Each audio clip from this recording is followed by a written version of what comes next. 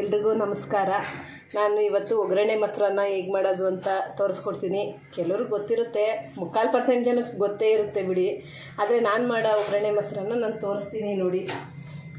ದಪ್ಪ ಅಕ್ಕಿ ಅನ್ನನ 2 ಲೋಟ ನಾನು ಮಾಡಿಕೊಂಡು ಅನ್ನನ ತಣ್ಣಗೆ ಮಾಡಿ ಇಟ್ಕೊಂಡಿದ್ದೀನಿ. ಕೊತ್ತಂಬರಿ ಸೊಪ್ಪು, ಈರುಳ್ಳಿ ನಿಮಗೆ ಎಷ್ಟು ಬೇಕಷ್ಟು ಹಾಕ್ಕೊಳ್ಳಿ.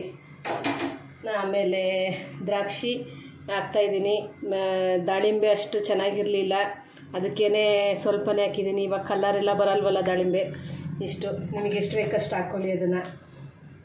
ಮತ್ತು ನಾನು ಒಗ್ಗರಣೆಗೆ ತೋರಿಸ್ತೀನಿ, ಒಂದು ನಿಮಿಷ.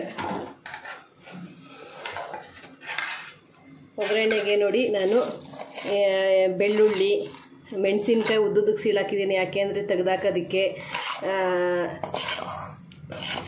ಸಾಸಿವೆ, ಜೀರಿಗೆ, ಉದ್ದಿನಬೇಳೆ ಇಷ್ಟನ್ನು ಒಗ್ಗರಣೆ ಹಾಕಿದ್ದೀನಿ ನೋಡಿ. ಇಷ್ಟನ್ನು ಒಗ್ಗರಣೆನೂ ಹಾಕ್ಕೊಂಡ್ಬಿಡೋಣ. ಇಷ್ಟನ್ನು ನಾನು ಮೊಸರು ಹಾಕ್ತಿದ್ದೀನಿ. ಅರ್ಧ ಲೀಟ್ರ್ ಮೊಸರು ತಗೊಂಡಿದ್ದೀನಿ.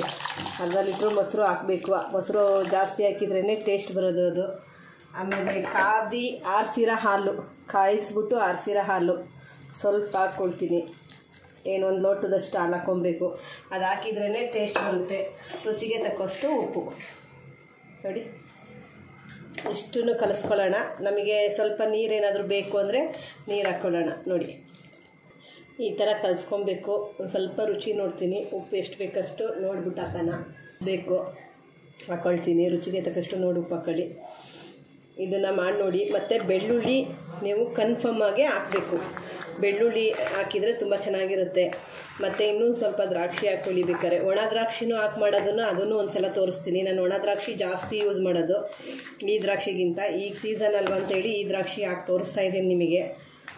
ಮತ್ತು ಇದಕ್ಕೆ ಸೌತೆಕಾಯಿ ಇವೆಲ್ಲ ಹಾಕ್ಕೊಂಡು ನಾವು ಮಾಡಿಕೊಂಡು ತಿಂದರೆ ಮೊಸರನ್ನ ತುಂಬ ಚೆನ್ನಾಗಿರುತ್ತೆ. ನಾವು ವಾರಕ್ಕೊಂದು ಸಲ ಇದನ್ನು ನಾವು ಮೊಸರನ್ನ ತಿಂತೀವಿ. ಮತ್ತು ತಿನ್ನೋದಕ್ಕಿಂತಲೂ ನಾವು ಮಾಡ್ತೀವಿ. ಮೊಸರನ್ನ ತಿಂಡಿಗೇ ಈ ಥರ ಒಗ್ಗರಣೆ ಮೊಸರನ್ನ ಮಾಡ್ತೀವಿ. ಮೊಸರನ್ನ ನಾವು ಊಟಕ್ಕೆ ಯೂಸ್ ಮಾಡೋದು ಅದು ಬೇರೆ.